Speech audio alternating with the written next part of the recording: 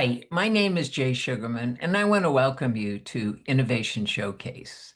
The main purpose of this ongoing series is to inform viewers about exciting innovations and creative individuals across the fields of business, science, technology, education, and the arts. Today, via Zoom, we're fortunate to have as our guest Susan Mara Bregman. Based in the Boston area, Susan is a highly accomplished author and photographer.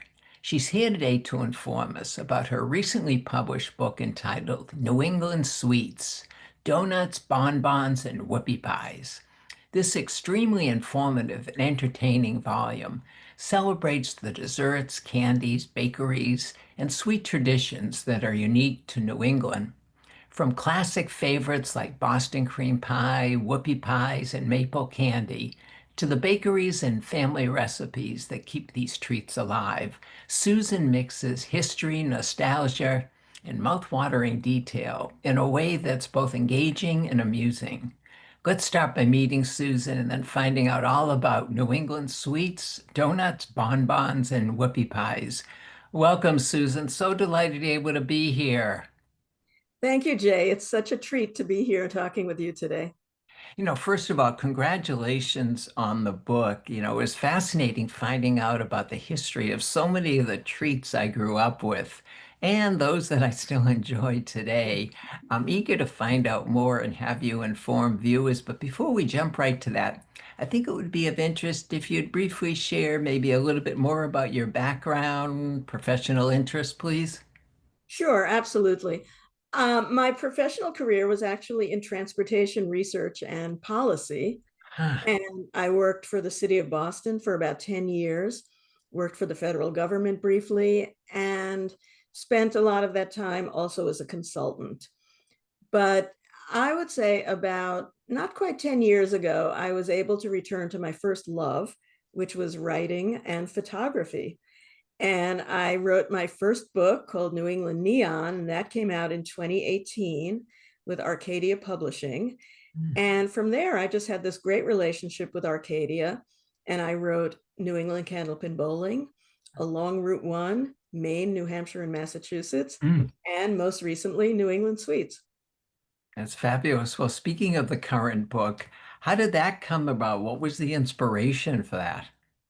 Well, it's an interesting story. When I was researching New England Neon, I made my way up to Dover Foxcroft, Maine, which is outside Bangor. And they have a theater there called the Center Theater. And I wanted to take some pictures of it and learn more about its history for New England Neon because it has this really gorgeous neon sign. And just as an aside, the architects who built that theater in the 30s were the same architects who did the West Newton Theater. So there's an actual Ah, connection there. But what I also learned at the time was that the Center Theater started the Whoopie Pie Festival, Maine's Whoopie Pie Festival, as an annual fundraiser for the theater. So I just kind of filed that information away. And after I finished Along Route 1, I was trying to figure out what book I wanted to write next. And I was remembering the Whoopie Pie Festival, and I've spent enough time in Maine now to have enjoyed, one or two Whoopie Pies. And I thought, okay, maybe I'll write a book about Whoopie Pies. So I pitched that to my editor, and, she was intrigued, but she was like, no. It wasn't enough to sustain a book. And she said, well, what about New England sweets? Because there's really so much more going on in New England beyond the whoopie pie. New England has such a rich confectionery history. So that's what I did. That was the inspiration. why do you think New England has this rich tradition of sweets? Well, some of it is historical. Some of it is Boston's location at, during the Hmm. colonial period. It was on the harbor. It had access to the raw materials that make up sweets. Boston had the country's first chocolate factory, which ended up being Baker's Chocolate on the Hmm. Neponset River in Dorchester and Milton. And it also had access to sugar. There were several pretty early sugar refineries along the waterfront in Boston and Charlestown and East Boston. And it had a growing population, which created consumers, but also allowed, businesses to hire workers, and the climate, because Boston had a relatively cool climate. And when you make chocolate in the ages before refrigeration, Mm. chocolate melts. So people who are making chocolate needed to work in a pretty temperate environment so that they could dip the chocolates without melting them. In Boston, Mm. being a cooler location, had a few more months of the year when chocolate making was viable. For those who haven't had the opportunity to read the book yet, would you provide an overview and the topics you covered? Sure, the book covers sweets and treats in all six New England states. And I look at it by topic, I guess. Okay, we gotta stop. Okay. The book looks at New England sweets in all six states of the region. And I organized it by topic. So I have a couple of chapters on the history of candy making. And then I looked at baked goods. So that includes things like Boston cream pie, as you said, fig Newtons. And I have a chapter on fried treats, which is mostly about donuts, but there are some others there. Doughboys is a Rhode Island specialty. And then I looked at ice cream. And then my last chapter kind of sums up everything because it looks at the official state treats, because each of the six New England states has designated either a state dessert or a state candy or a state treat. So that was a fun way to sum up a lot of the information in the book. How did you decide which confections, bakeries, and the sweet traditions to include? Well, writing a book is always a balancing act, and I couldn't include everything. Unfortunately, the book would have been much longer, and I did have kind of a page limit. But that said, I wanted to balance the geographic coverage. I wanted to make sure all six states were represented. And I wanted to include a mix of the small mom and pop shops and also the big chains. I mean, Ben and Jerry's started in Vermont, of course. Dunkin' Donuts and Howard Johnson's both started in Quincy. So there are national chains in there, but I also wanted to make sure that I included the local treats. And I also included a lot of historical information about companies that are just gone, and a lot of them are just forgotten. So it's really a mix of history and fun stories. Mhm. How about the research process that you undertook? Could you share a little bit about how you went about compiling the information? I know you were on the road visiting a number of places. Would you share a little bit about that, please? Absolutely. It was a lot of fun writing this book, as you can probably imagine. And the research was, certainly there was online research, but also, I had access to records to better understand the history of some of these older companies that were in the Boston area. And I interviewed people. I interviewed one of the really, okay, just a second. I was able to interview some of the descendants from some of the people who started candy companies in New England. And that was really an honor to be able to do Mm, that. nice, nice. And I guess it's tough work, but somebody had to do some tasting along the way as well, I'm sure. Exactly. I have to say, of all the books I've written, this was the one where I had the most number of people offering to go on field trips with me. For sure, for sure. You mentioned some of the history. Were there any surprising historical facts or information you uncovered about New England desserts that surprised you? Well, I was surprised at the concentration of confectionery companies that were in Boston in the late 1800s and early 1900s. And then in Cambridge, a lot of them moved from Boston to Cambridge because land was cheaper back in the day. And they were able to expand their businesses and open factories where more land was available. So there were dozens of candy factories in Cambridge by the mid 20th century.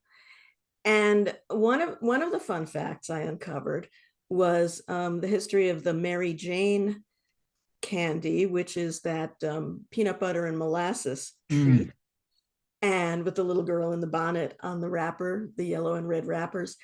And those were created by a company called the Charles N. Miller Company, and they operated out of the North End in Boston. The candy was invented around 1914. And the fun thing about that candy was the house where the Miller Company was located was actually Paul Revere's old house in the North End. Ah. Interesting, interesting. No, the point you made, that was striking when I read the book. The number of companies in Boston, as you highlighted, Cambridge, just had no idea. I mean, kept turning page after page, and there's more companies coming up that were integral in the whole confectionery industry, just so nearby and so condensed, so to speak. Oh, It's, absolutely. I mean, that part of Cambridge, the part between, I would say, Kendall Square and Central Square, really, was known as Confectioner's Row. mm, Certainly, Necco was there. So Necco was, the big player in yeah. Boston confectionery history. And Necco started out in Boston. They had a big factory on the Fort Point Channel. That building is still standing, but they moved to Cambridge to that Mass Ave factory in 1926 or 27. And again, they built this huge factory in Cambridge and they became one of the major players, major national players in Yeah. the candy industry. Yeah. No, it was very interesting to find out their history. How do stories of candy making reflect broader themes of American innovation and entrepreneurship? Well, I would say there's a few things that really struck me. I mean, certainly there were just technical innovations in the candy industry. Around 1900, there was really a flurry of inventions, and people were inventing and patenting, machines that would put the sticks in lollipops. I mean, Hmm. don't think about that, but that became mechanized. Yeah. And also in the early 1900s, there was a great deal of activity in the world of taffy making, because Hmm. taffy, taffy starts as a big blob of boiled sugar. And the way it becomes taffy is it has to incorporate air. And the way they were able to aerate the taffy in the days before mechanical assistance was there'd be a big hook in the wall, and they would basically throw this big blob of boiled sugar on this hook, and then they would pull it and stretch it and pull it Whoa. and stretch it.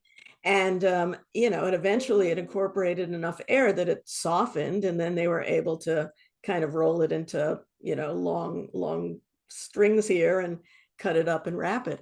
And then around 1900, several people invented taffy pulling machines. And that Hmm. revolutionized the taffy industry, because suddenly you didn't need like these big, strong, brawny guys to do it. But, you could just, do it with a machine that would pull the taffy. And the disputes about the taffy machines and the patents ended up in the Supreme Court, Hmm. because there were just so many people claiming the rights to those machines. Were there one or two bakers, candy makers, or small business owners whose stories especially resonated with you? Oh, absolutely. One of the really fun stories was the story of Sky Bars, Mhm. which I don't know if you remember Sky I Bars. do. I do. I can see the four pieces in front of me. So Sky Bars, for those who aren't familiar with them, were a Necco product, and they came to market in 1938. and they were named Sky Bars because of the to cash in on the public fascination with aviation at the time. And Sky Bars were quite unusual in the world of candy bars because they had four separate sections, as you said, and each one had a different filling. And it was like Mhm. vanilla and fudge and peanut butter and another one escapes me right now. And but there were four separate fillings. And to launch this product, and again cashing in on the aviation fascination, Necco hired a skywriter, a pilot, and he did this campaign where they launched Skybars with a skywriting campaign. And I That's thought that was just so fabulous. cool. And then bringing Skybars into the 20th century, what happened was when Necco filed for bankruptcy in 2018. Hmm. And at the time, there was an auction, a bankruptcy auction, and all Necco's assets were auctioned off, including its intellectual property, meaning the recipes for its candies. And several of them survived. And we can talk about those if you like. But Skybar in particular, there's a woman who owns a store in Sudbury. Her name's Louise Mawhinney. And she was a retired tech executive, and she knew nothing about candy making. She really Hmm. didn't know much about Sky Bars because she didn't grow up around here. But she found herself placing a bid in the bankruptcy auction for Sky Bars. Huh. And much to her surprise, she became the new owner Wow. of Sky Bars. And first, she was going to license production. She really didn't, wasn't quite sure what to do. But she was convinced to make them herself. So she had some machinery. She had to make the machinery custom tooled. And I think it was done in Michigan and brought here on a flatbed truck. And she has a little factory in Sudbury, and she makes Sky Bars. And today, Sky Bars are the only former Necco product that Huh. is still made in Massachusetts. Wow. That is very interesting. You provide such a wonderful historical context for so many of the related industries. Connected to that and thinking about the history, what role did immigrant communities play in shaping New England's traditions? Well, there are a few. Okay, wait. Some of the okay, wait. I know how to answer this. That's fine. Yeah. No problem. Okay. I want to talk about two companies. I want to talk about two companies that are really well-known companies that were founded by immigrants. The Peter Paul Company in Ah, Connecticut was founded by six Armenian immigrants, huh, and they opened this company in New Haven originally. Again, they weren't candy makers. Peter Paul, who changed his name from Peter, geez Louise, I forget his name. Okay, you want me to look up his actual name? So sure, we can do that if you want, or we could just, you I could, should probably look it up. Let me yeah, look it that's fine. That's fine. because otherwise the Peter Paul story doesn't make that much sense. Peter Halagian. Okay. Okay. Okay, so wait, 1919. Let me just see when they opened it. 1919. Okay. Okay. So the Peter Paul Company was founded by a man named Peter Halagian. He was an Armenian immigrant who came to the US, landed in Connecticut, and was working in the rubber industry. Huh. And but he sold candy on the side, like in the evenings. He went door to door and was selling candy and sweets and opened a little candy shop at one point. But in 1919, he teamed up with other members of the Armenian immigrant community, some of whom he was related to, others who were friends of the relatives. And the six of them opened the Peter Paul Company. Halagian had changed his name to Peter Paul to make it easier to remember. And Peter Paul, had some moderate successes, but they really hit the big time when they came up with Mounds, which are a chocolate covered coconut bar. Mm. And Mounds took Peter Paul through the Depression and Mm. kept that company afloat. And at one point, Peter Paul was like a huge importer of coconut, as you can imagine. They hit a little hitch in World War II when the Philippine coconut market was disrupted, and they had to find Huh. new supplies of coconut in the Caribbean. Um, and but they prevailed, and then Almond Joy joined Mounds in the late 40s after World War II. And sometimes you feel like a nut, sometimes you don't, right? They just came up with that amazing jingle, and it's just locked in popular culture memory. That's So for that sure. was an immigrant success story. The other one is Table Talk Pies in Mm. Worcester. And that was founded by two Greek immigrants who started with a bakery and eventually started making pies. And then the company went through a bunch of ups and downs. It was sold for a while, and then one of the family members bought it back. And that's when they started making the small pies, the hand pies. And that's really when they became well known and famous and a household name, basically. And they were a third generation family business in Worcester. And only recently did they sell the company to an outside party, but they lasted for, I think, almost 100 years as a family owned business started by two Greek immigrants. Well, I have to say, many a school lunch of mine included a Mhm. tabletop pie. I know. So wonderful memories of those. Um, you mentioned the Fig Newton, and I think need to spend just a minute or two if you could share the context that people in the viewing audience might not be aware of the relationship to Newton and the Fig Newton. Yeah, Fig City, right? Right. Um, so Fig Newtons were originally made by a company called the Frank Kennedy Steam Bakery, which was in Cambridge, sort of near the Necco factory. But it wasn't. It took three people to come up with the Fig Newton because Kennedy was the baker, but there was also, I'm going to refer to my notes here. Sure. Frank Kennedy was the baker, but there was a man in Ohio named Charles Roser. He was the inventor of the recipe, supposedly, although I should say that the idea of fig rolls was not unique to the Fig Newton. That was kind of a dessert that people probably brought over from England. Mhm. But Charles Roser was credited with coming up with the recipe for Fig Newtons. And then a man named James Mitchell, he provided the missing link, right? He came up with the machine that actually Ah. was able to insert the filling into the cookie dough. And so with those three pieces together, Fig Newtons were born. And that company, the Kennedy Bakery Company, they had a tradition of naming their treats after Mm. other cities. So Fig Newtons were not the only treat named after an actual city.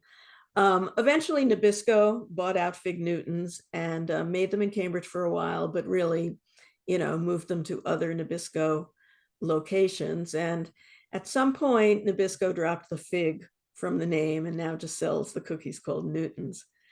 But Newton, Massachusetts, Mayor Ted Mann especially really embraced the Newton connection and hosted a Fig Newton festival and kept Fig Newtons in his office and shared them with visitors. So it's really quite a sweet story. For sure, for sure. What do you hope readers take away from New England Sweets? Well, I hope they take away the history a little bit. Really, it is a remarkable history, and I think people may not know the depth and breadth of the history of confections in New England, not just candy, certainly ice cream. Steve's ice cream Oh, yeah. in Somerville. I mean, that was revolutionary, right? Nobody was making ice cream like that. He created a way to make really rich ice cream by controlling the amount of air that was incorporated into the ice cream. So it was super rich and super creamy. And he came up with the idea of mix-ins, right? Which now we take for granted, but was an absolutely brand new idea then, where you could take things that traditionally were ice cream toppings, like nuts or chopped up cookies or chopped up candy, and actually mix them into the ice cream. That was a brand new idea back in the 70s. So I think people can take I learn a little bit more about the candies and the sweets that maybe they take for granted a little bit and don't realize they have such a rich New England history. Oh, I definitely was informed way beyond anything I had a sense of before reading the book.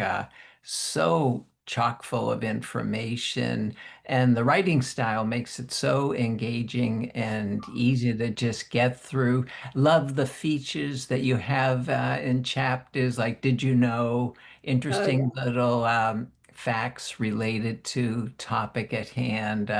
Just makes it such a wonderful read together with terrific sets of images throughout the book that definitely bring back wonderful memories for everyone or just informing for the first time. In closing, Susan, what are some of your current or upcoming projects?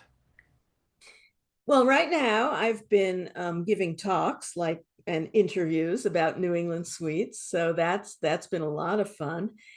And I'm working on my next book, which is about Faneuil Hall and Quincy Market.